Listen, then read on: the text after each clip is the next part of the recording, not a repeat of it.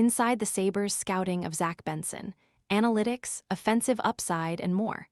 Buffalo, NY, quite a few members of the Buffalo Sabres staff saw Zach Benson play live during his draft year. The area scout, Lukas Sutter, saw him frequently. Jerry Forton, then director of amateur scouting, had a ton of viewings too.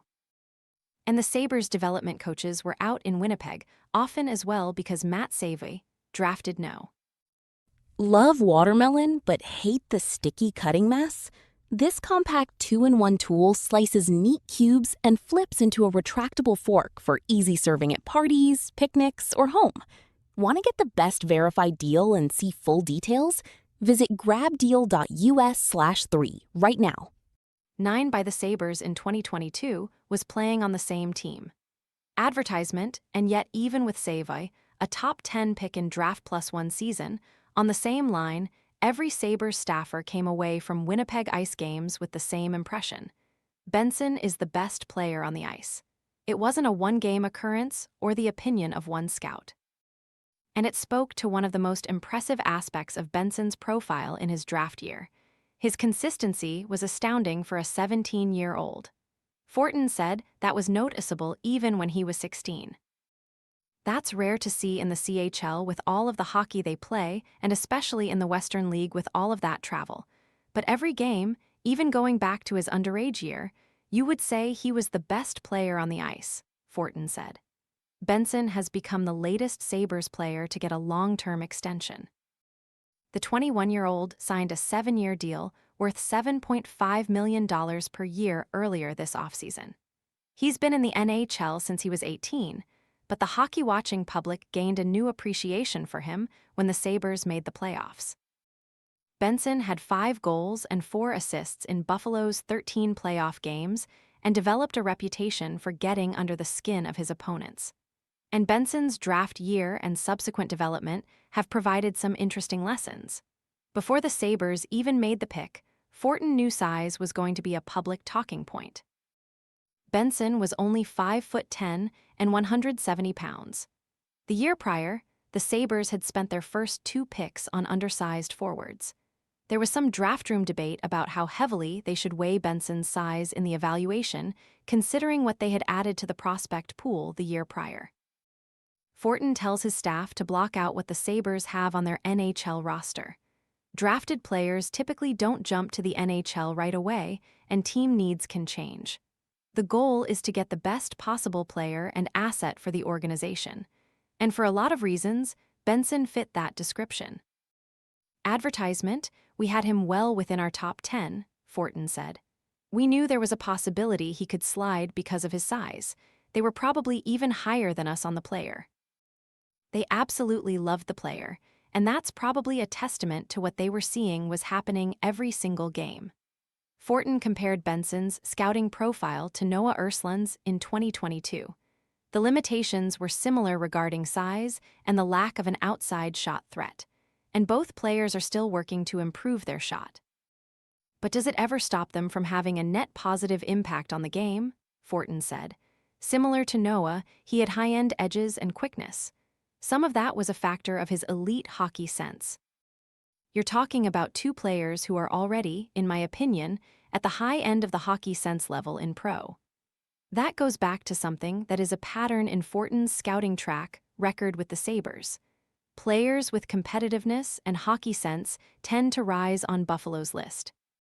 We believed that in the past, and it's even more of a lesson for us now, don't bet against hockey sense and compete, Forton said.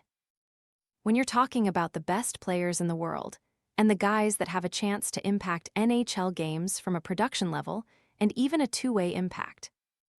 Hockey sense and compete is always going to be 2 of the top 3 or 4 elements in terms of the player, I think. Benson has shown both of those from the moment he stepped on the ice at training camp in 2023. It didn't take long for then Sabres coach Don Granato to start speaking about Benson like a player who could impact the NHL team immediately. He played on a line with Jeff Skinner and Tage Thompson in the preseason and got time on the top power play unit. Advertisement Seth Appert, who coached him at development camp and went on to become a Sabres assistant coach, saw the same thing scouts saw from Benson in the WHL. This wasn't just a skilled offensive winger. He was going to be a pest right away. Not all elite offensive players are hard to play against, Apert said. The fact that he has both of those abilities is pretty unique. At the time, Granato wondered about the size and strength. He didn't want Benson to be overwhelmed physically by the NHL competition. But in the preseason, he noticed Benson winning puck battles, gaining leverage and getting inside ice against players who were 30 and 40 pounds heavier than him. If Benson felt any pressure in his first NHL preseason, Granato didn't notice it. That's why he cracked the roster at 18. Some wondered if that would stunt his offensive development. That may be hard to ever know definitively. We don't have the luxury of seeing what Benson's career arc would have looked like if he returned to the WHL as an 18-year-old and put up another season of 100-plus points. He played 71 games in the NHL at 18 and had 30 points. He put up 28 points in 75 games the next season. And last year, Benson had 43 points in 67 regular season games before the aforementioned playoff breakout. The Sabres saw enough to extend him for 7 years. Part of that is because each year since he entered the league, Benson has a 5-on-5 on-ice expected goal share above 50%. During the playoffs, the Sabres had 60% of the expected goals and outscored opponents 10-4 in Benson's 5-on-5 minutes. So even when he played at a 52-point pace this season, he was making a massive impact on the Sabres' success. Forton is intrigued to see what happens with Benson's offensive game. The questions about his shooting are still there, but Forton thinks his shot and shot mentality have both already improved a lot. Benson is more quick than he is fast, but he still made a lot of plays in transition this season, and he still has room to develop physically. That 50-point pace should be the floor for his production. At the end of the day, you're going to always find a good portion of his production is right around the blue paint and making plays along the walls and behind the net and stripping defensemen, Forton said. Was there more open ice production in the WHL? Even some of that, the transition and some of the ability to transport the puck in open ice took a major step this year. The power play will factor into that at some point, a higher uptick there. I would expect every part of his game offensively to have an uptick over the next 1 to 3 years. If you say every single area goes up a little and combine that together, there's a lot of untapped offensive potential there. Where it ends up will be interesting. It's all the intangibles he brings, too.